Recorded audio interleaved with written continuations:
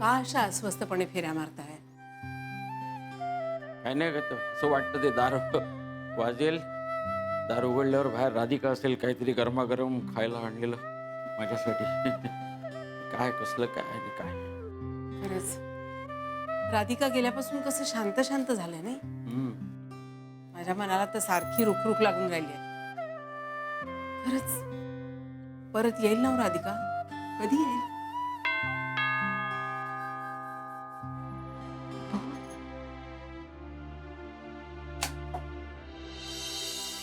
तुम्ही हो मी.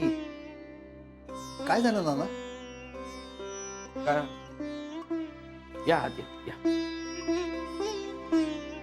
या.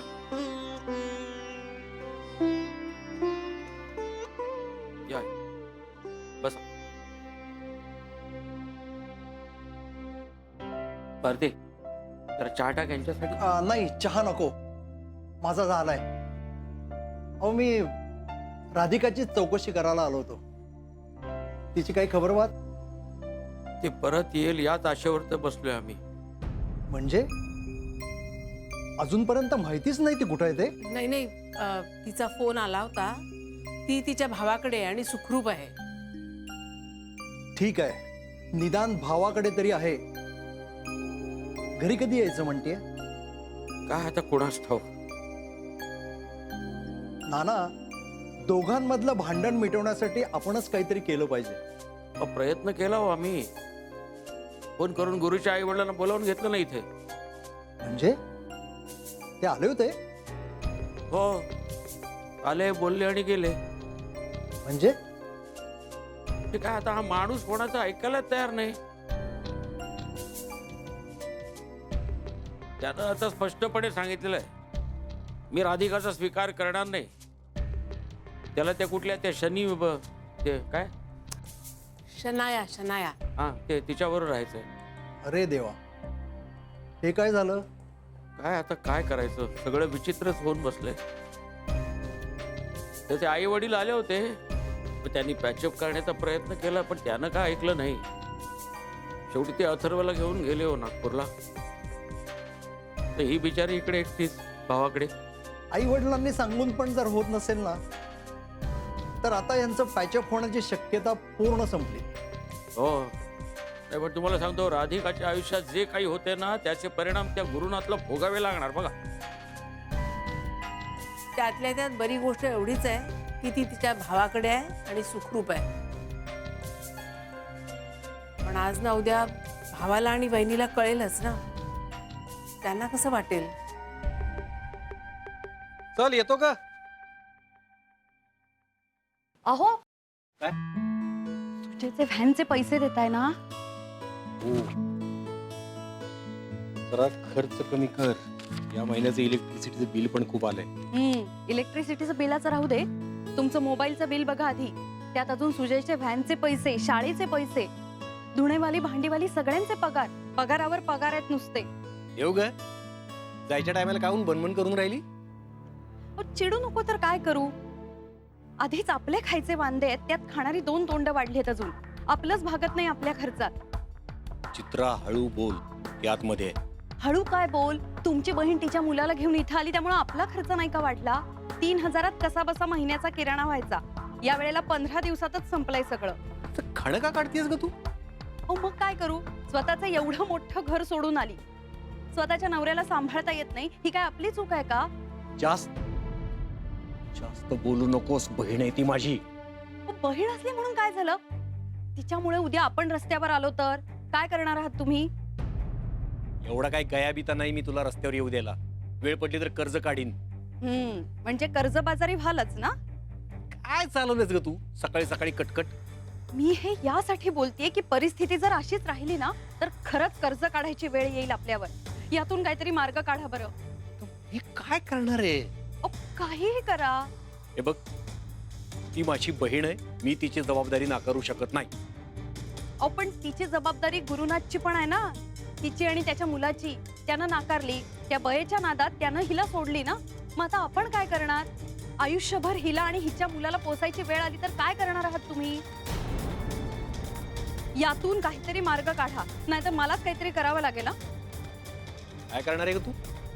ते काही मला माहिती नाही, पण हे प्रकरण जर एवढ्यावरच थांबलं नाही ना, तर मलाच यातून काहीतरी मार्ग काढावा लागेल. वेळ प्रसंगी मी वाईट झाले तरी चालेल.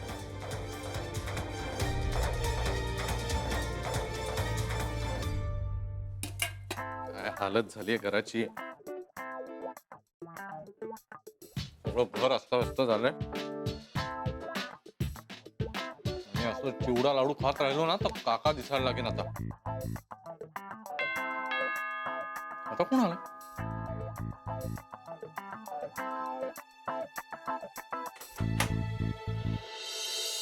काय आहे?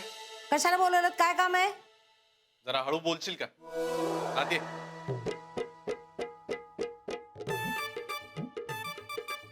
बोला पटापटा, टाइम नाही माझ्याकडे.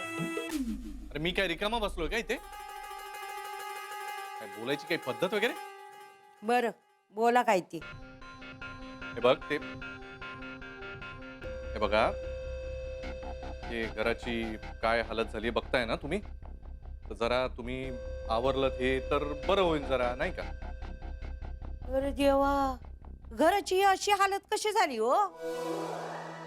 माझी ताई तर घरातलं सगळं काम करते ना, ती असताना अशी कशी घराची हालत झाली? राधिका नाहीये घरात. नाहीये? कुठे गेले ताई? काय साळसूतपणाचा आवे. ही नाटकं माझ्यासोबत नाही करायची हं? तुला तर सोसायटीतल्या सगळ्या खबरा आधी कळतात ना ग? नाही मग हे तर कळलंच असेल. राधिका कशी गेली, का गेली, तरी मला विचारतेस? हा, माझ्याकडून वधून घ्यायचंय ना? हे बघ, कामाचं काय ते बोल. हे सगळं काम करायचं, दुप्पट पगार देईन तुला, कळलं? हो साहेब, आम्ही पैशासाठी काम करतो, पण माणूस की हाय आमच्या जवळ. तुम्ही माझ्या ताईला घराबाहेर काढलत ना, मग ताई नाही तिथं मला काम करायचं नाही. हा, त्याचा आणि याचा इथे काय संबंध आहे? ओ तिच्याशीच तर संबंध आहे. ती होती म्हणून तर मी या घरात येत होते ना. माणूस की हाय तिच्या जवळ, आणि तुम्ही 8 पटीने मला पगार दिलात ना, तर ताई नाही त्या घरात मी काम नाही करणार. समजलं का? हा, बस बस, शहाणपणा शिकू नकोस. काम करणार की नाही बोल, नाही तर चालती हो. चल. का मिरच्या झोंबल्या वाटते? हं? हो साहेब, लहान तोंडी मोठा घास घेते. एक विचारू का म्हणून त्या सोन्यासारख्या लक्ष्मीला घराबाहेर काढलं तो तुम्ही? तुला काय करायचंय? अहो मला काय करायचंय? आम्हाला काहीच करायचं नाही हो. आम्ही तर परकी माणसं. हे बघा साहेब, अहो 10 घरची कामं करते मी, 10 घरातल्या वेगवेगळ्या बायका बघते मी. कोणी पाणी सुद्धा विचारत नाही हो आम्हाला. या घरात मी काम करत नव्हते, पण ही राधिका ताई मला चहा द्यायची, यायला खाया प्याया द्यायची, अहो पैशाची पण मदत करायची. मलाच काय समजा लोकांना पैशाची मदत करायची. आणि अशा सोन्यासारख्या लक्ष्मीला तुम्ही घराच्या बाहेर काढलेत आणि त्या नटवीला घरात घेऊन आलात. नाही मला तुमच्या घरात काम करायचं. चल चल, निघ निघ. आणि जाताना या गुप्तेंच्या किल्ल्या घेऊन जा. माझ्या घरात दुसऱ्यांच्या किल्ल्या ठेवायच्या नाहीत. नाही ठेवणार, आणि तुमच्या घरात पण नाही येणार. त्या तुमच्या नटमोगरीला मारायला लावा झाडू. हे चालले मी. जा जा, बघतो मी काय करायचं ते. मला नको शिकवू. अरे वा, मला शिकवताय. चल निघ.